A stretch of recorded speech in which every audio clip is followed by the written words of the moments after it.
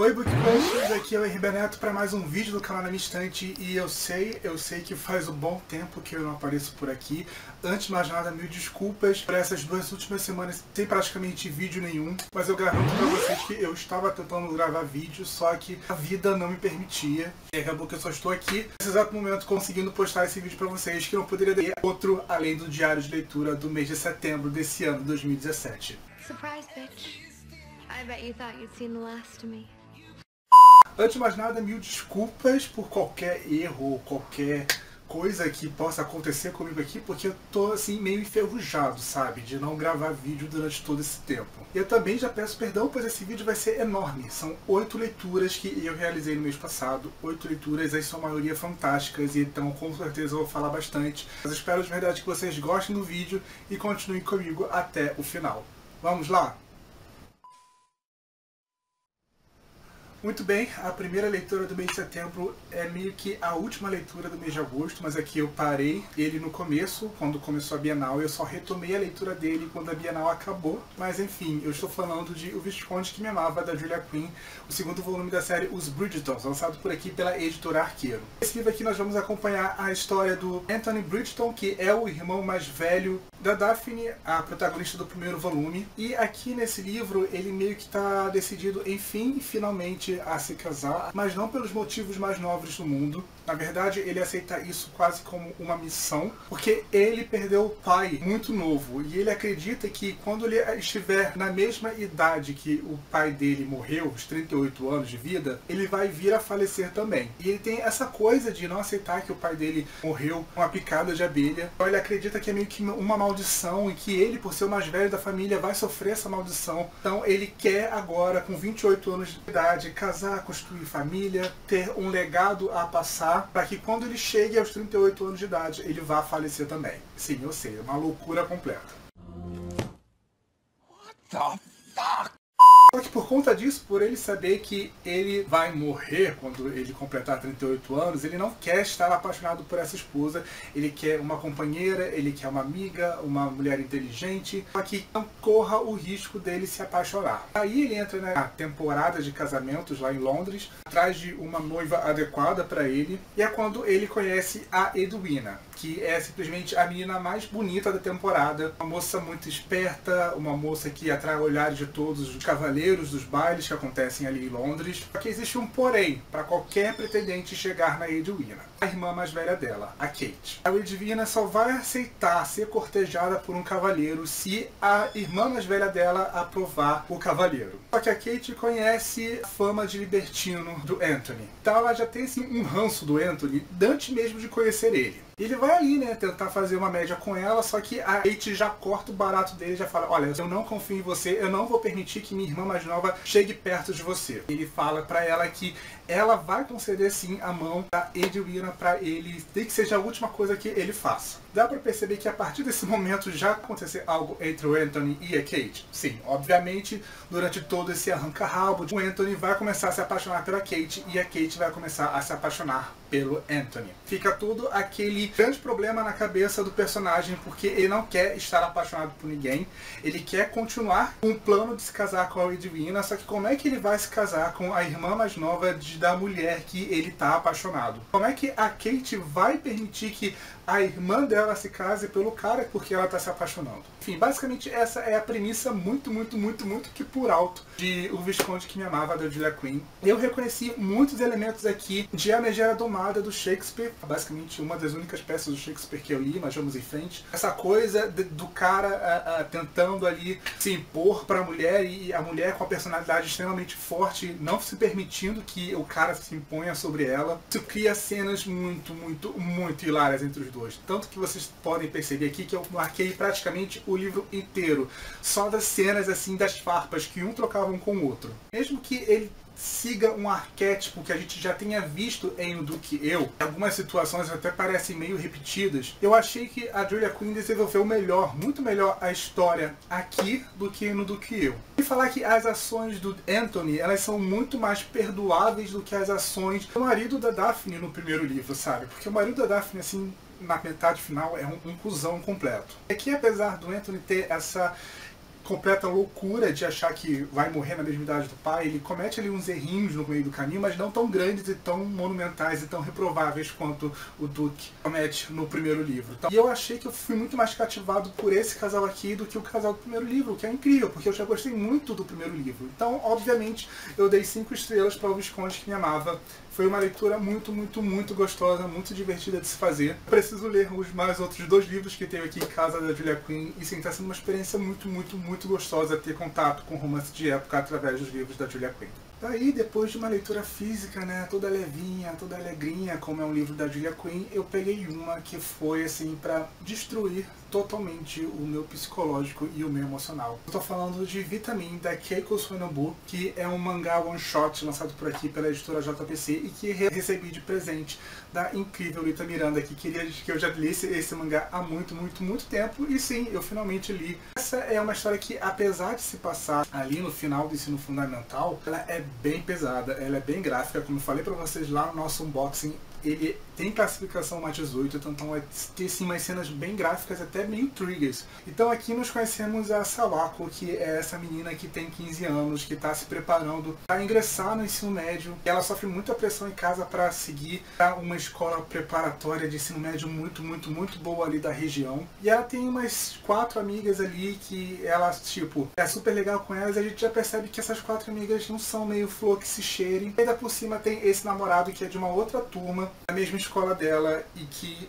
não tem outra palavra para descrever esse cara além de um cretino completo, total filho da p. A gente percebe, assim, pelo comportamento dele já, que o cara já não é assim, muita flor que se cheire, que ele julga as outras pessoas, etc e tal. Só que aí ele já tem uma vida sexual ativa. Ele impõe muito isso a Sawako. E nas 2 vezes que mostra os dois se relacionando aqui nesse mangá, ele tá abusando sexualmente dela. As 2 vezes a Sawako, ela tá totalmente assustada, ela não tá sentindo nenhum tipo de prazer naquela situação, ela tá querendo fugir dele, mas ele vai lá e abusa dela sexualmente de qualquer forma. E ela meio que se sente culpada por isso, sabe? Mesmo que o grande culpado dessa história toda seja ele. Só que na segunda situação em que ele vai abusar sexualmente dela, isso acontece dentro da escola que eles estudam, um colega de classe da Sawako vê.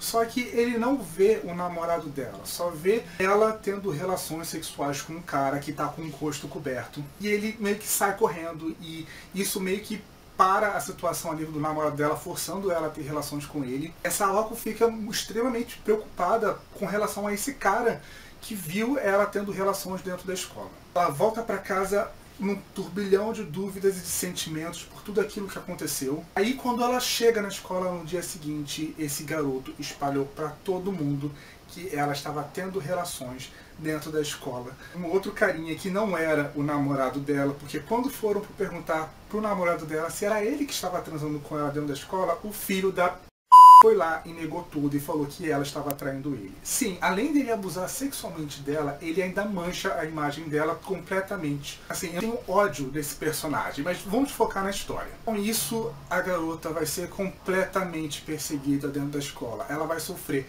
abusos morais, abusos psicológicos, abusos físicos de todos os colegas dela. Quando ela vai tentar pedir ajuda ao professor dela, o professor dela simplesmente vira as costas para ela. Fala, poxa, isso sempre aconteceu. Você tá fazendo um grande big deal disso. Sim, o cara vira as costas total para ela. Acaba que a escola se torna um grande inimigo para ela. Ela não se sente mais confortável para ir. Ela só de se aproximar do prédio da escola, ela já se sente doente. E a partir desse ponto, de como ela é tão frágil, a Sawako está, que ela não consegue, ela tem bloqueio de voltar para a escola. E é meio que a partir desse ponto que a história vai começar. E nós vamos acompanhar a queda dela para o mais fundo do poço até a subida dela, sabe? A libertação total dela dessas amarras que as outras pessoas colocaram nela. Enfim, eu li esse mangá em um momento totalmente oportuno na minha vida, sabe? Que eu tava questionando várias coisas sobre escolhas minhas mesmo. E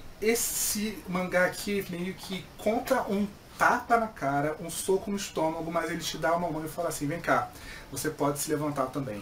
E isso foi extremamente importante pra mim, mesmo que a situação não seja nem muito relacionável com o que acontece aqui, porque a Sawako vai passar por misoginia, vai passar por bullying, vai passar por depressão. A forma como a Keiko Sonobu constrói essa história de redenção da Sawako com ela mesma, sabe? É incrível, ela é sensacional. Foi uma história que me deixou assim arrepiado do começo ao fim. Como vocês podem ver, eu marquei muitas passagens assim que eu me identifiquei muito com os pensamentos que a Sawako estava tendo no decorrer da história. E a redenção que ela tem no final desse livro aqui, maravilhosa, sabe? É um tapa na cara de toda a sociedade e deixa várias questões abertas pra gente debater sobre como o machismo é presente não só aqui no Brasil, mas assim, muito presente no Japão também. A gente sempre tem esse ideal educacional do Japão, a gente não percebe que também existe um grande problema por trás desse. É muito engraçado ver esses paralelos presentes nesse mangá. Mesmo que essa seja uma história que tenha sido escrita em 99, publicada em 2000 mais ou menos, ela é extremamente atual, infelizmente. Eu acho que é um mangá assim, extremamente necessário para todo mundo ler, mesmo que ele seja mais 18, sabe? Fala muito sobre a pressão da sociedade para você ser o que você não é. A pressão da sociedade em você desistir dos seus sonhos por algo mais tradicional, algo mais comum. E a Keiko Sonobu trata disso tudo aqui de uma forma completamente maravilhosa, sabe? E eu achei muito, muito, muito importante essa leitura e eu muito, muito, muito recomendo pra vocês. Eu dei 5 estrelas, obviamente, pra Vitamina da Keiko Sonobu. E de verdade, se você ainda não leu esse mangá, leia, porque assim, eu bato palmas pro que a Keiko Sonobu fez com essa história.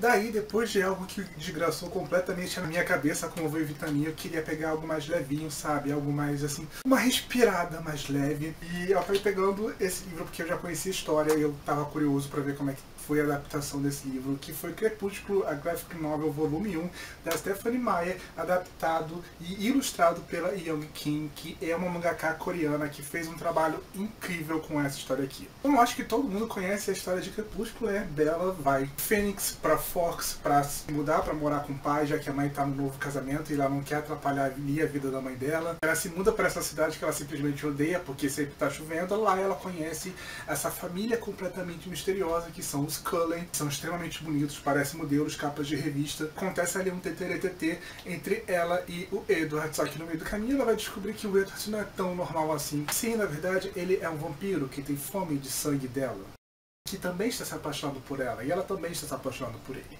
E a história vai contar desse começo até a icônica cena da Campina, que é basicamente a metade da história. Mesmo sendo uma adaptação do texto da Stephanie Meyer, né? Afinal aqui só são 245 páginas, mais ou menos. A Young Kim fez um trabalho assim belíssimo, sabe? Em captar todas as cenas e transportar para essa graphic novel em forma de ilustração. As ilustrações da Young Kim são um deleite visual. Ela vai misturar esse traço dela que tem muito da cultura oriental de mangás, e todos os cenários são constituídos basicamente de fotos de verdade. Então, apesar dos personagens serem desenho, os cenários por detrás são fotos. E é muito engraçado ver assim como ela recebe a história de forma diferente que a Stephanie Meyer conta pra gente. Pois afinal isso aqui é uma adaptação, e deixa eu dizer, é uma adaptação bem melhor do que o primeiro filme foi, e assim, não tem nem comparação, seja em atores, seja em roteiro mesmo. É engraçado ver que a Bella da Young Kim, ela é muito mais assertiva e até muito mais afrontosa com relação ao Edward, sabe? Ela não é tão passiva assim,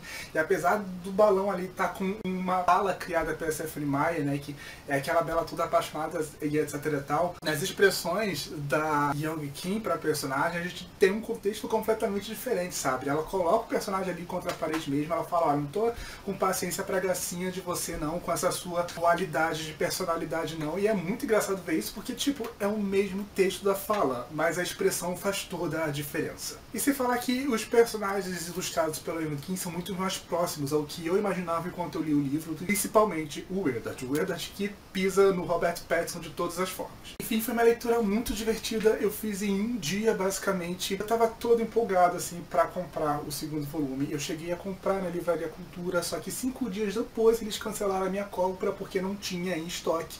Aí eu fui falar com a Intrínseca e a Intrínseca falou que o segundo volume está fora do catálogo, enquanto eles vendem o primeiro volume. Gente, como assim o segundo volume está fora de catálogo se eles continuam vendendo o primeiro volume? Isso não entra na minha cabeça, isso me deixou extremamente frustrado. Então se você conhece alguém que esteja dando o segundo volume da Graphic Novel, se você conhece alguém que esteja trocando, se você vê por aí, sabe, num sebo, fale pra mim, deixa aqui nos comentários que eu vou adorar saber, sabe, porque eu quero o segundo volume, eu quero continuar. A adaptação da Young Kim, que é sensacional, assim, de todas as formas possíveis. Eu não posso, porque está fora do catálogo. Intrínseca, me explique isso, por favor. Faz uma tiragem, nem que seja, sabe, de 500 exemplares, faz um favor, pelo amor de Deus. Não me matem de vergonha. Amiga, não tenho como te defender.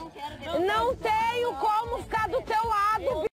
Daí o nosso último livro físico, desse mês de setembro, foi um livro que eu comprei na Bienal. Tinha muita curiosidade de ler esse livro, principalmente por causa do tema, que também fala sobre bullying, que é o Porquê Indiana João, do Danilo Leonardi, lançado por aqui pela Giz Editorial. Como eu disse pra vocês, Porquê Indiana João vai ser uma história jovem adulta que fala sobre bullying aqui no Brasil. Nós vamos conhecer o João, que é esse garoto, filho de pais separados, mora em São Paulo e estuda numa escola particular paulista, tá no ensino médio e é o alvo dos bullies ali da sala dele. O cara persegue ele e o melhor amigo assim dele, também ali pelas beiradas, e o João todo dia ele tá ali sofrendo. Diz assim, são bullies desde apelido até jogar a cabeça dele no vaso sanitário, que é uma das coisas mais nojentas do mundo, vamos ser sinceros. Todo dia essa rotina de bullying e ele tentando encontrar maneiras de se adaptar ali. Ele tá cansado de todo dia ser sacaneado por esse garoto, que é o Guilherme. Daí, por algo completamente banal, que o João convidou uma menina pra sair, uma menina que era super bonita, e ele não sabia que essa menina era a namorada do Guilherme. O Guilherme vai chamar ele pra brigar dentro da própria sala de aula. E aí, por um acaso do destino, toda a pressão meio que transborda do João, e o João revida, ele dá um chute no saco do Guilherme. Só que quando ele dá um chute no saco do Guilherme, o amigo dele, o Daniel, estava gravando essa situação. E é meio que uma cena épica, porque é uma situação meio que Davi e Golias. E para completar, o Daniel, o amigo dele, joga o vídeo na internet, já que o João, ele é um youtuber, ele faz vídeos sobre jogos.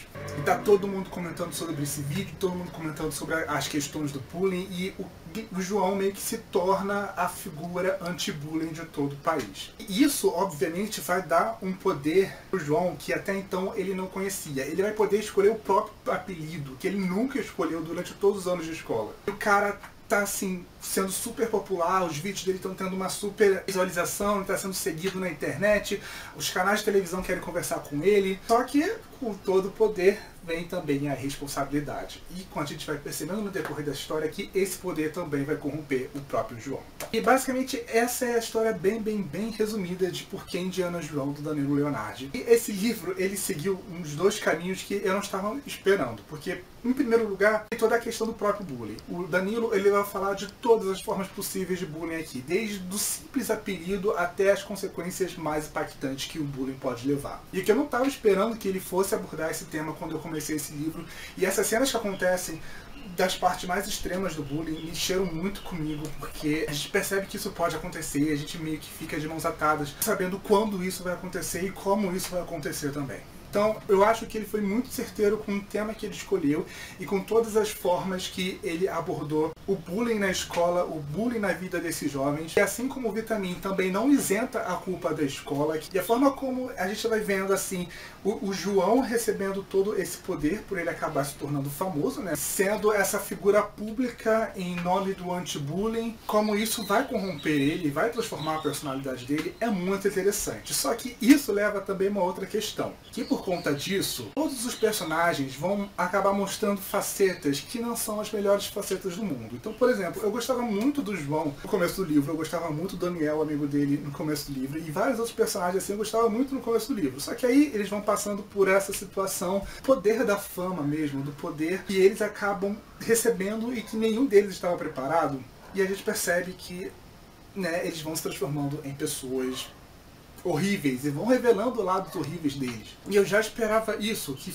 isso fosse acontecer, sabe? Só que eu acabei me afastando demais dos personagens. Tava gostando muito da história, mas eu não tava dando zero fodas pro que acontecia pros personagens, porque eles acabaram se transformando em completos babacas, todos eles. Todos os personagens que eu gostava no começo do livro, no final do livro eu já não tava dando uma foda pra eles. E isso foi meio problemático, sabe? Porque apesar da história estar muito interessante, você precisa de um elo condutor com ela, que no caso são os personagens. E eu não tava me ligando conectando com nenhum dos personagens, porque todos os personagens estavam humanizados até demais, sabe? Isso é muito problemático, porque acontece algo muito, assim, chocante no final do livro com o João, que, assim, ninguém espera, e eu não esperava que isso fosse acontecer. E se eu me importasse um pouco mais com o João, a cena teria muito mais impacto do que teve pra mim quando eu não tava dando nada pra ele, sabe? Porque ele já tinha ido tão ao fundo do poço, e apesar de ele já estar ali, nessas partes finais, ele tá ali se reerguendo, né? Nessa nova personalidade dele, uma personalidade melhor do que ele era, eu já meio que assim... Você meio que procurou o que estava acontecendo porque você estava muito preocupado consigo mesmo e não vendo os outros sinais? Então, foi isso que aconteceu com o Porquê Indiana João. Eu adorei a história, mas eu tive muitos problemas com todos os personagens, principalmente com o João, que era um garoto que eu gostava muito no começo do livro, mas depois, assim, foi... Mesmo assim, é uma história que traz um tema sobre uma visão muito importante. A escrita é com certeza muito fluida. Eu li o livro inteiro basicamente no decorrer de 24 horas. Vocês podem ver, eu marquei muita coisa, só que teve esse problema que eu me desconectei com os personagens e isso é horrível. Enfim, eu dei 3,5 estrelas para Porquê Indiana João. No final acabei arredondando para 4, né? Porque não existe meia estrela em lugar nenhum, então a gente tem que arredondar. Dava para humanizar esses personagens, mas não de uma forma tão cretina como eles ficam, sabe? Então, assim, eu recomendo o livro, mas eu já aviso pra vocês que não são os personagens mais carismáticos do mundo, infelizmente. É aquele ditado. Vamos fazer o quê?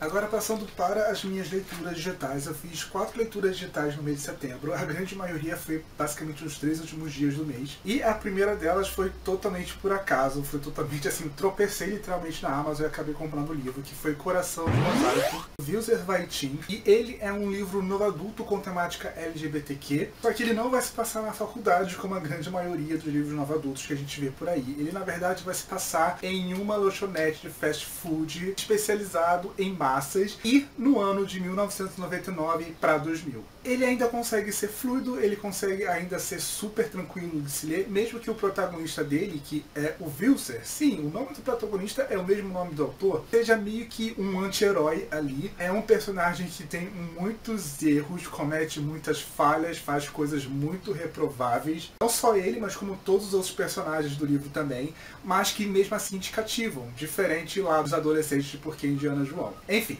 como eu contei, essa história se passa em uma lanchonete de fast food e nós vamos acompanhar o Vilser, que é esse rapaz que tem ali por uns 21, 22 anos e que tá batalhando ali naquela loja a um cargo de subgerente. Ele meio que tem um crush ali num carinha que é basicamente o cara mais bonito da loja. Super bombado, cabelo louro, olhos claros, todo mundo tem um olho nesse cara e por isso o cara é coisa mais assim insuportável, mais vaidosa, mais egoísta do mundo é esse cara por quem o Vilser tem um crush. É cansado meio que levar tanto toco desse rapaz, ele fala assim, chega, não quero mais saber dele, vou tentar dar um rumo na vida. Aí o chefe dele, que é o gerente da loja, contrata 2 novos funcionários e o Vilser vai ficar responsável pelo treinamento de um desses funcionários, que é ninguém menos do que o sobrinho do gerente dele. E esse cara, ele é todo tímido, ele é todo atrapalhado, ele vem do interior, e o Vilser se conecta com esse cara assim, de pronto, mesmo ele sabendo que o garoto é o sobrinho do chefe dele, que ele não pode olhar pro cara, né, que vai acontecer se ele ficar de olho no sobrinho do chefe. O que acontece? O primeiro crush lá do Vilser também fica de olho nesse carinha. E meio que assim, deixa claro assim que vai tentar conquistar o cara de todas as formas, mesmo que o cara seja hétero. Aí o Vilser fica assim completamente maluco, porque ele tá se apaixonando por esse cara, e ainda vai ter a concorrência do antigo crush dele, que é simplesmente a pessoa mais bonita ali da empresa. Aí ele fala, já que ele vai usar as armas dele, também vou tentar usar a minha. Aí ele se aproxima desse rapaz, ele se torna amigo desse rapaz, e a partir desse ponto a história começa. Enfim, como eu disse pra vocês lá no começo, o Vilser, e assim como todos os outros personagens, eles não são aqueles modelos de pessoas pra se inspirar. Na verdade, eles são todos meio que anti-heróis. Eles vão fazer muita coisa reprovável, eles vão dizer muita coisa reprovável. O Vilser, nessa competição com esse antigo crush dele, vai fazer umas umas besteiras absurdas. E a gente vai acompanhando essa história e o desenvolvimento deles ali dentro da loja, dentro do restaurante, e os laços de amizade que cada um cria com vários outros personagens, como é a vida deles na loja, como é a vida deles fora da loja. E isso é sensacional, porque o ambiente do livro, a ambientação da história faz toda a diferença. Como eu disse, ela se passa no final dos anos 90, então não tinha internet para todo mundo, não tinha celular com internet para todo mundo, as comunicações eram basicamente ou pessoal ou por telefone, e assim, isso causava muito telefone sem fio. Então imagine as confusões que vão acontecer. Eles não são personagens assim, bem de vida e etc e tal, são pessoas extremamente comuns, então dá uma conexão com cada um deles, e eu me conectei muito com o Wilson, mesmo que ele seja um cretino em boa parte do livro, mas ele é um cretino carismático. Como eu disse também, a escrita do Wilson é sensacional, sabe? Você lê e você sabe que é uma história muito bem escrita e muito bem contada. No final do livro, o autor meio que deixa aquela pulguinha atrás da orelha pra gente, assim, no último capítulo, que a gente fica se perguntando se essa história de fato aconteceu ou não, ou se é só uma trapaça para a gente acreditar que aquela história aconteceu ou não. Assim, no fundo, eu acho que eu acredito que algumas coisas podem ter acontecido, sim. Mas enfim, foi um livro sensacional, foi uma surpresa que eu tropecei totalmente sem querer na Amazon e acabei comprando, e eu me apaixonei por esse livro, e eu dei 5 estrelas para Coração de Mosaico, do Wilson Waitin. E eu já aviso para vocês, assim, que eles são personagens, assim...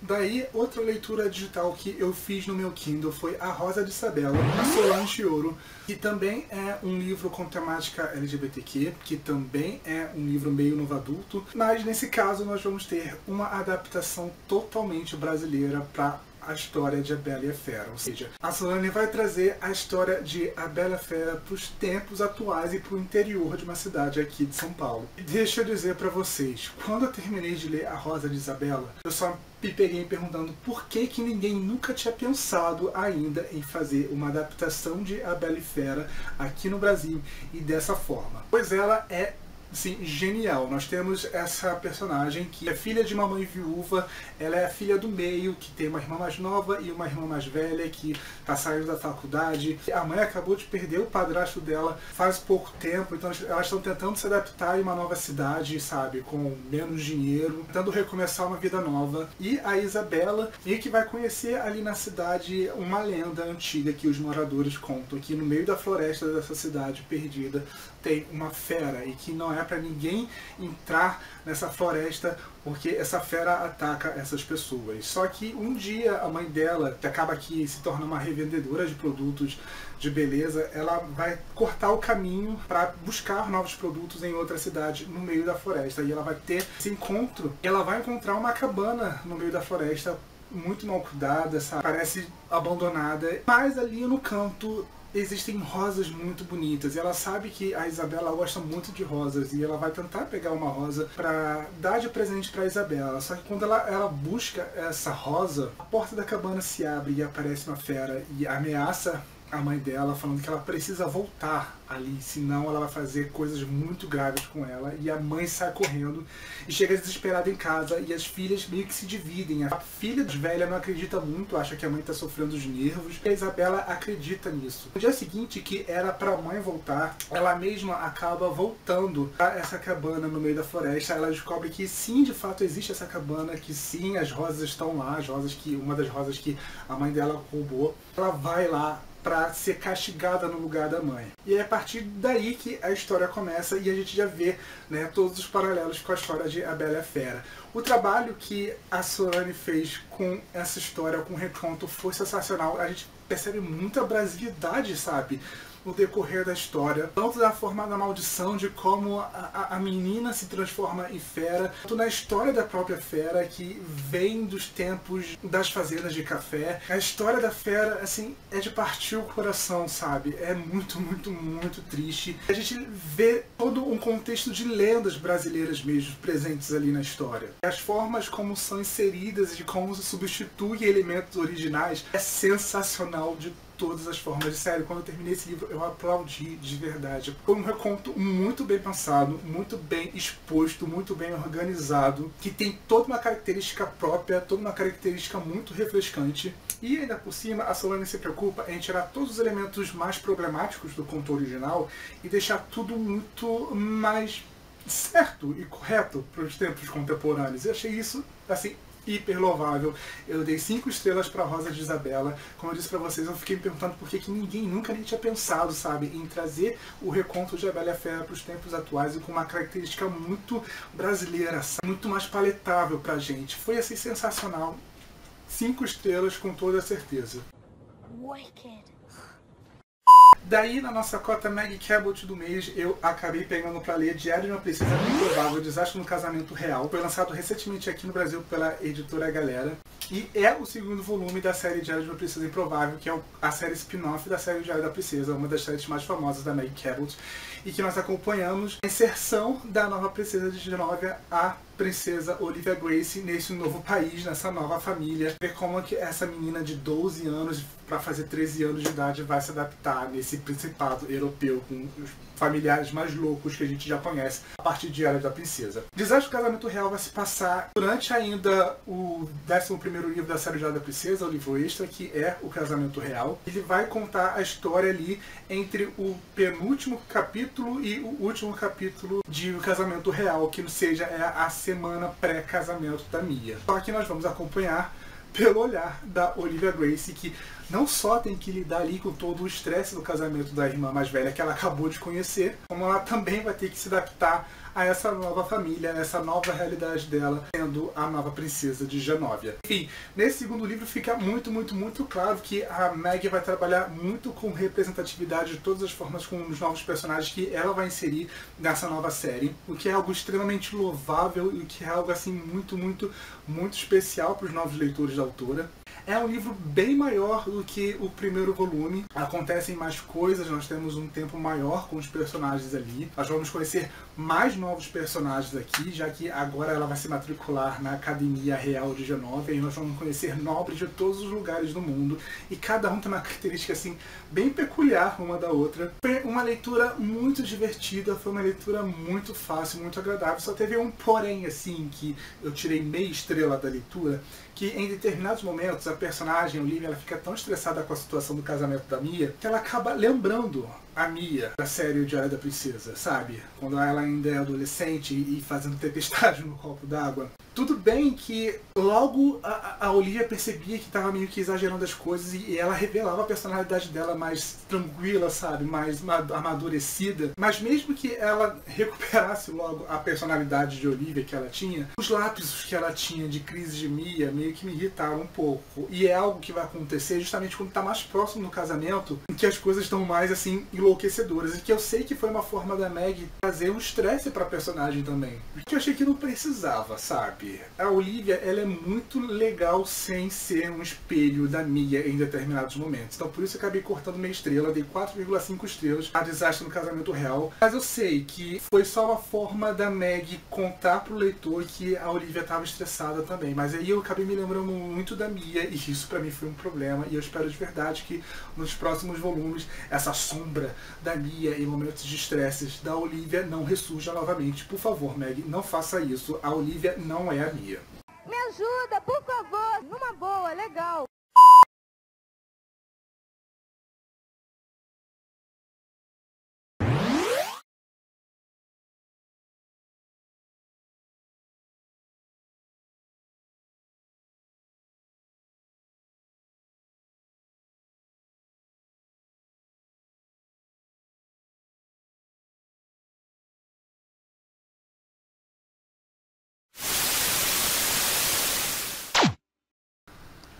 Muito bem, pessoal, essas foram as minhas 4 leituras físicas e as minhas 4 leituras digitais que eu realizei nesse mês de setembro de 2017. Mil desculpas por ter demorado tanto para gravar esse vídeo e por ter demorado tanto para postar esse vídeo, mas como vocês podem ver, ficou enorme, então meio que vai compensar tudo. Eu espero de verdade que vocês gostaram. E se gostaram desse área de leituras, deixa aqui embaixo um gostei, clique aqui embaixo, vai estar ajudando bastante ao canal e a pessoa que vos fala. Se você ainda não é inscrito no instante, se torne um crush, seja muito bem-vindo ao canal. Se inscreva aqui embaixo embaixo para estar sempre sabendo quando tem vídeo novo por aqui. Curta a fanpage da minha estante lá no Facebook, eu geralmente posto todas as novidades durante a semana e eu também estou no Instagram e no Twitter. Para quem quiser me seguir, os links vão estar aqui embaixo na caixa de informação junto com o meu perfil para o Goodreads. E aí, vocês já leram algum desses livros? Vocês pretendem ler algum desses livros? Deixa aqui embaixo nos comentários que eu adorar conversar com vocês. Já sabe que conversar com vocês é a melhor parte do vídeo pra mim. E apesar de eu demorar pra responder um pouquinho no momento, eu tô respondendo todo mundo, porque é pra mim a parte mais legal do vídeo. Se você ainda não tem nenhum desses livros, se você quiser ler algum desses livros, vou deixar o link de compra pra todos eles aqui na caixa de informações. E vocês comprando através dos links da Amazon, você está ajudando bastante ao canal e ao crescimento do canal. E eu agradeço muito a todos vocês que estão usando o link de compras. Quando eu recebo o relatório da Amazon, eu fico muito feliz de ver que vocês de fato estão comprando aqui com a minha estante. Muito obrigado, pessoal. Obrigado por terem assistido ao vídeo, pois aqui foi o Ribem Neto para mais um diário de leitura do canal na minha estante. Tchau, pessoal, e até o nosso próximo encontro.